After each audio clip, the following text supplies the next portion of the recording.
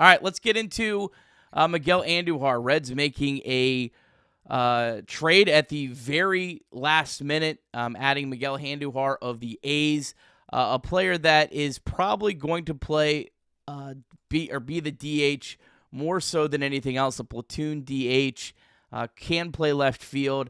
I guess has the potential to play third base and first base, but kind of feels like that's going to be more of a rarity, kind of from the comments that we've heard so far. My kind of just, first thoughts, there's been a lot of I guess, varying opinions on Andujar online. Some that think, oh, this is a great deal for, giving up your 22nd ranked prospect, replacing probably Connor Joe in the lineup. Connor Joe has played every day against left-handed pitching pretty much for the last 2 months outside of when he had to battle hand, foot, and mouth. And thankfully, recovered from that disease. But my kind of thoughts on Andujar is this. I know it was pointed out a lot on the broadcast that Andujar has the second highest OPS in Major League Baseball against left-handed pitching over the last 3 seasons. So that's incredible, right? So I tried to look a little bit. Okay, well, is that fluky? All right. It's a little fluky, but he's still a good hitter against left-handed pitching. So a stat that I like to use to kind of give hints one way. It's not the be-all end-all, but a stat I like to use kind of to give hints one way or the other is expected weighted on-base average, which kind of measures everything that goes into hitting, and kind of is a good way of predicting future success. Andujar, over that 3-year span, has a 340 XW OBA. All right? So the Reds this season, they have 2 players that are even remotely close to that. So you have Austin Hayes at 418, which is one of the best in baseball. Tyler Stevens is actually at 365. And then the next of anyone that has more than 40 plate appearances is Elly De La Cruz at 293. So, I mean, again, I will gladly take Miguel Andujar. Maybe some of it's a little fluky, but he's, I think, pretty clearly going to be one of the Reds' better hitters against left-handed pitching. Guys like McClain and Steer and even Espinal, I think, are better than what they've shown this year so far against left-handed pitching. I think there's more in the tank there, but it's Andujar is going to help this team. How much does he help this team? I don't know, but we can argue till we're blue in the face. Should the Reds have instead, if they're not going to go hard at the trade deadline, should they just have sold? I'm kind of over debating that at this point. What's the point at this? I'm kind of at the point where this is our team. Let's see what they do the rest of the year, and then we'll figure this out at the end of the season, whether this was the right move, wrong move, or not. That's where I'm at least. Maybe Trace will feel differently and want to come in and raise hell on that, and he's certainly welcome too. But your thoughts, Mike, on Miguel Andujar after having a couple hours to marinate on this trade for the Reds? Yeah, initially I had heard as Andujar as a potential option, but thought the Reds wouldn't be in because of his defense, right? He's pretty poor defensive run saved wise, and with the Brian Hayes deal, it seemed pretty clear that defense was a pretty high priority. But looking into it, and a lot of those numbers that you're bringing up, especially against left-handed pitching, which I think everyone can agree, even though we've been a little bit better this year, has been just for the past couple years a real thorn in the Reds' side. Having somebody that you can feel good about coming in, and even in a DH role, you don't have to worry about him on defense, come in, hit left-handed pitching, I think is a good upgrade. And I think you're right. He comes and slots basically directly into the Connor Joe role, where he's going to start against lefties, probably DH, but Nick Krall did say that he could play all 4 corners is what he said. And I think what he means by that is right field, left field, third base, first base. I think that's what he means. I don't think I've ever heard that before. Have you? But that's what Nick Krall said on the broadcast. Yeah. Famously great at live interviews. So, but he has that flexibility, which is, and I think one thing that we do need to talk about is just, where, as we move forward, where the outfield kind of shapes up with all the pieces that are kind of left. But I think that he definitely can help this team. And overall, I am excited that he is a part of this team and that will be able to help this team moving forward.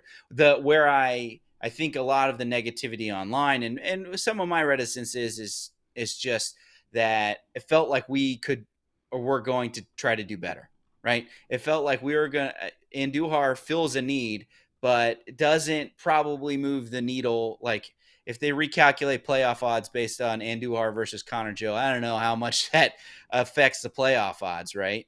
Um, so that's kind of where we stand. It would be the same if I mentioned this earlier. If we would have gone out and gotten Randall Grichuk, right now, Andujar actually hits left-handed pitching better than Randall Grichuk is this year, but it's somebody that gives you an upgrade, but you are left wondering, man, could we have done better here? And so that's kind of where I stand on him. I'm glad. I would have loved to see him come and take that pinch hit at bat instead of Espinal. Um, and I think Espinal is good for what he is, and it's a good glove that can really play everywhere. But somebody that you can really feel can be a hammer against left-handed pitching, not just somebody that is has shown positive splits towards them. I think is something that the Reds haven't really had for a while. And maybe Stuart Fairchild was that, but for the most part, there really hasn't been somebody that's just like somebody that the other team would fear against left-handed pitching, which I think Andujar could be. So hopefully he's able to come here and endear himself. Based on what we saw tonight, he's probably going to come in, make an error, and strike out against the first lefty he faces. But I think overall for this year, he is something that makes the Reds better. We'll have to see at the end of the year whether what we did was enough. And that is what's going to be the big question, I think, on everyone's mind. I think everyone has their ideas on what it was, but the Padres could go on a 12-game winning streak and run away with it, and we wonder, hey, maybe it's a good thing we didn't mortgage the farm. So who knows where we are, and but overall, I think Andujar does help this team, and I like his addition to the Reds lineup. Yeah, we might not see him a whole lot here right off the rip if the rotations stand as it is. Shoto Imanaga on Tuesday for the Cubs is the only lefty through the first at least 3 games of the Pirates series that's lined up. That 4th game, Fangraphs doesn't go that far in their predictions, is probably one of the Pirates lefties that they have. Maybe Andrew Heaney, I think, is still a Pirate. I don't know. There was so much that happened today. I don't remember who. Yeah, Bailey Falter got traded, so it's not him. It's not him. So, but I mean, there'll obviously be pinch hit opportunities as well. And the Reds may try to just give him one start, just to kind of give him one start in a Reds uniform, which, again, I don't have an issue with that. The guy that comes to mind for me is Brandon Guyer in 2016 was like Terry Francona's like lefty killer, and was a huge part of getting them to the World Series, had huge hits for them down the stretch. And he was just a guy that wasn't really much of anything, just a guy that I think they traded from the Rays for and just brought him in for that. And I think that was something that probably Terry Francona maybe was thinking about when they were talking about making these moves. So the guy that the Reds gave up, Kenya Huggins, a guy that you probably haven't heard a lot about because he hasn't pitched much for the Reds since we've done Chatterbox Reds. He had Tommy John surgery back in 2023, I believe. I think he was drafted in 2022. He just came back. He only threw 4 innings last year. Was pitched pretty well for the Daytona Tortugas. Fastball that can touch 97, and apparently his velocity is back up. So a guy that was a talented guy, got up to the Reds' number 22 ranked prospect. I don't believe he was there at the beginning of the year. So a talented pitcher that they gave up, but a guy that was clearly, I think, a lottery ticket, and clearly on the Reds' minor league pitching depth chart was pretty far down. And a guy that wouldn't have been contributing to this team anytime soon, but certainly is a talented arm. How he pans out, we'll see. And, depending on, I guess, where this year goes, and is Miguel Andujar a piece that just is one of those pieces that really helps the Reds and they do go on a run, then you're not going to really probably care too much about Kenya Huggins' career. But if this season falls completely flat, people will probably track him pretty hard and see what he does. Any other final thoughts on Miguel Andujar before we move on? Yeah, I guess I just wanted to try to figure out what the what the outfield looks like behind it, because so Rhys Hines has already been an option, right? and Friedel's coming back, and I think the corresponding move for that is probably Connor Joe. So that then leaves us one, we kind of have some limbo of people in the outfield, right? Like who is going to be the move for Andujar on here? Is it going to be, Benson? Is it going to be Espinal? One thing that I think that should be pointed out is Benson is very clearly our backup center fielder. And I know that Tito likes having at least somebody to be the backup that he can trust in there. That's why Garrett Hampson was on the roster for so long. It was just there because he felt like he could back up in a bunch of different positions. So I don't know if that necessarily means that Benson has a better shot of staying, but I would hate to see Benson optioned here. But I guess, what do you think is going to happen with the addition of Andujar to this lineup, and who gets shuffled? What happens? Yeah, I think it probably is Benson. The more that I think about it, I think one reason they may do it is because they don't necessarily have a lot of faith in Austin Hayes and Jake Fraley's ability to stay healthy. So Will Benson, maybe not fair to him, but might get sent down to AAA because, hey, we want to get Will Benson every day at bats. We don't want him just sitting on the bench because there's a good chance he's going to have to get thrust into a role because these other two guys have not been able to really stay healthy. But if he's not, I mean, there's not a clear backup center fielder. I guess Noelve Marte is probably the backup center fielder. Is there anyone else on this roster that's played center field? Well, Maybe. Marte hasn't played center field. I mean, Fraley definitely not this year. And then we have Lux, who can't even play left field. I don't want him playing center field. There's Andujar, not known for having range. It's just like he gets real thin real fast. I mean, Espinal might be. If Espinal's on the roster, he may literally be the guy that ends up in center field. Yeah.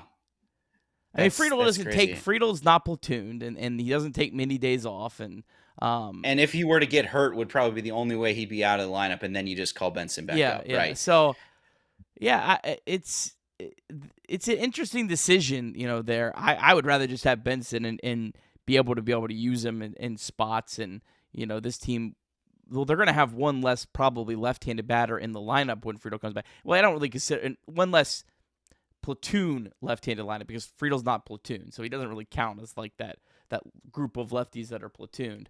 So, but there's going to be opportunities that you go right, left, or you go left. Start with the lefty like Fraley, you pinch it for him, and then you go back to Benson. And there's been a few times this year where the Reds have gotten burned where they didn't have someone to go back to.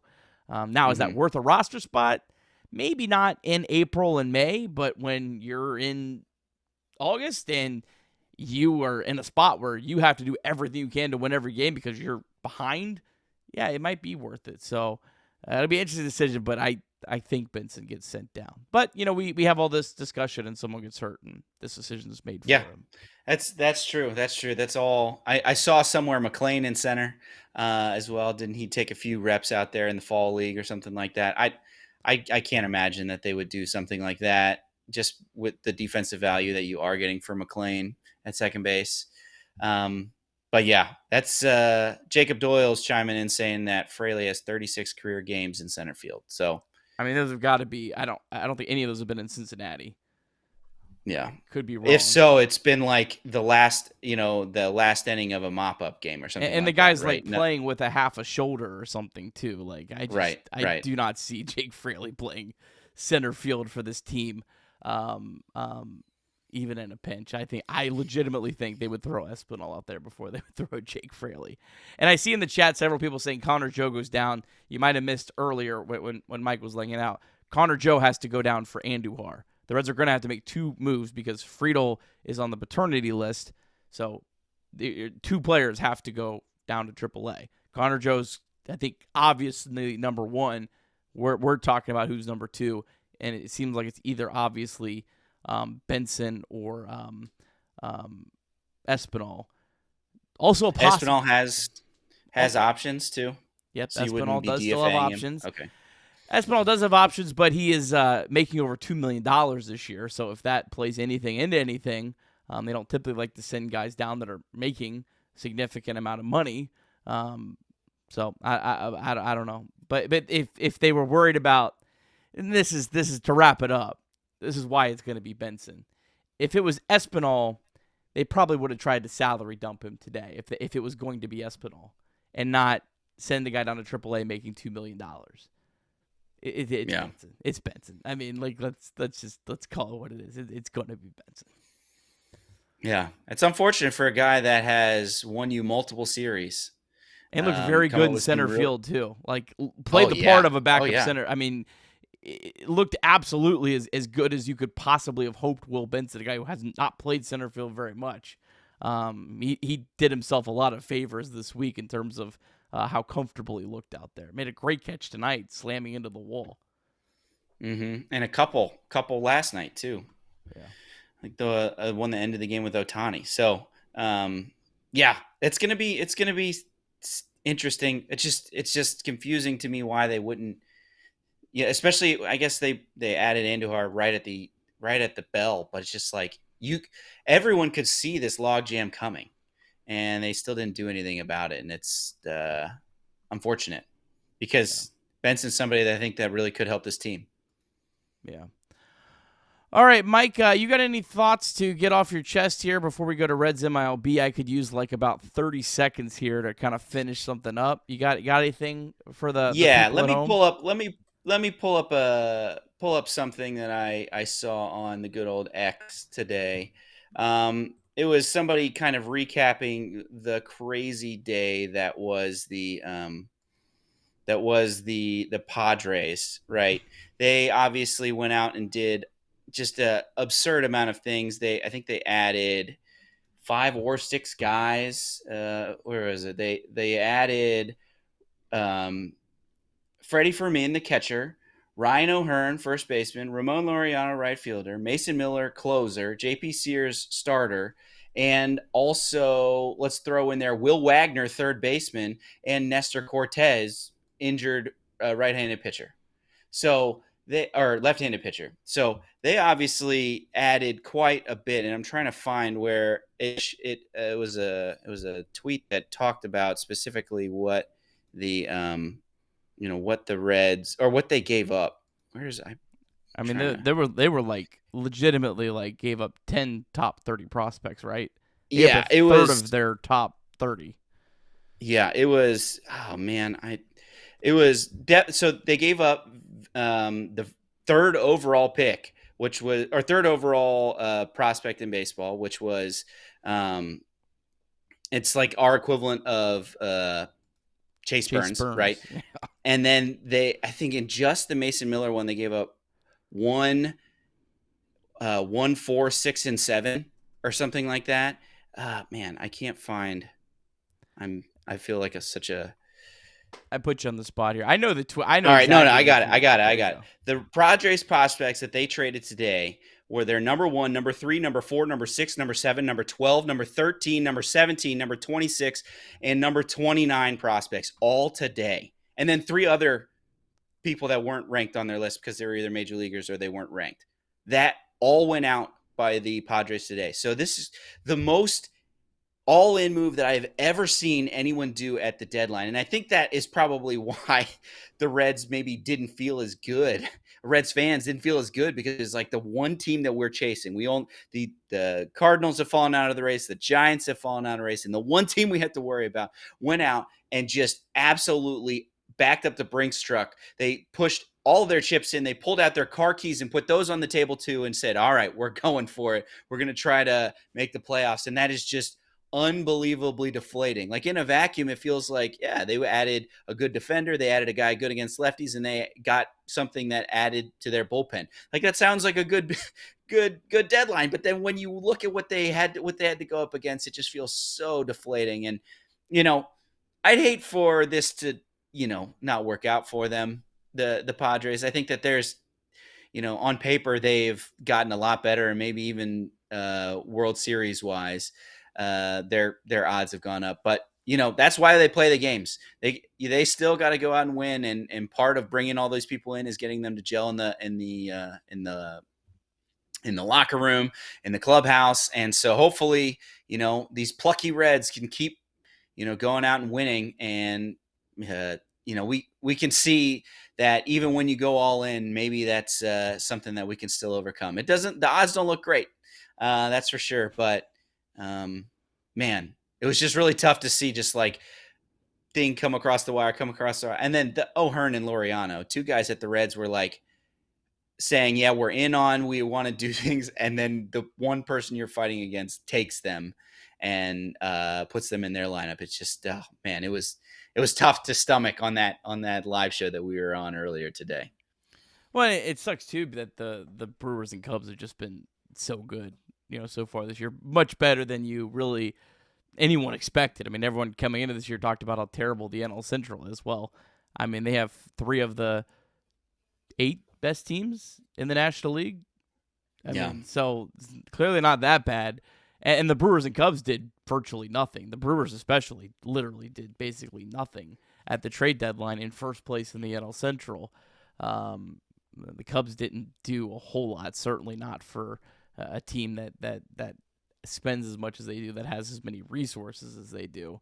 I'm sure there's not a lot of people that have the warm and fuzzies that are Cubs fans about the trade deadline. There's not really probably a lot of fans from that many teams, as we talked about earlier, that really feel that. But yeah, they just DFA'd Presley as well. Their big guy that they brought in to be their closer, who had really struggled. So yeah. I think to make room for Rogers too. So because they got Taylor Rogers. We're definitely not gonna. Do we take a flyer on Presley? That's I saw that the Brewers also released 2 relievers, or a DFA 2 relievers. I was just like, can we get in on those? I mean, they're scraps, and when they got when a bullpen that good, even they're DFAing people. I was like, man, that's better than Lyon Richardson right now. The one thing the Reds have done well, done pretty good on in terms of scraps, has been bullpen pieces. Like Ian Jabot was off waivers. There's been several guys the Reds have claimed off waivers that they've had success with. And yeah, that's something I didn't really think about. I mean, there were so many relievers that were traded that teams like the Phillies and Mets, they probably DFA'd guys too that they could potentially make sense. So there could definitely be some opportunities for the Reds to pick up some guys off the waiver wire, which is certainly not going to excite a whole lot of Reds fans. But, in terms of trying to find any pieces you can, any stone that you could turn over to try to improve the team, there might be some opportunities there. I know that there's a point in which you can add somebody, but they could play for you this year, but they can't be on the postseason roster. It's August 31st, so you have a whole month. Okay. Yeah. All right. Yeah, there are plenty of time for that. So, that'll probably be something to watch. Hopefully, by the time these guys go through waivers, the Reds play well this weekend, and maybe the Padres go cold for the first couple days out of the trade deadline, and we'll see what happens. There are other teams. I mean, the Phillies are 5 games ahead of the Reds. The Phillies now look like lesser of a team than probably the Padres. I don't know. It's the Mets just got swept by the Padres, right? It's just like you've seen teams like that with big collapses in the past, man. So who knows? The Reds are. You would hate to see the Cubs collapse either. Reds are 5.5 behind the Mets as well. So they are still 5.5 games between 3 teams that are in a playoff spot. They are 7 behind the Cubs. The Cubs have known to collapse in recent memory under Craig Counsell. That's pretty much all they've done is collapse under Craig Counsell. And it certainly would be an absolute utter shame to see like a team like the San Diego Padres, trade for all these prospects, blow up their farm system. It just not work out. It would be a terrible, terrible shame, and I would feel really, really bad for them.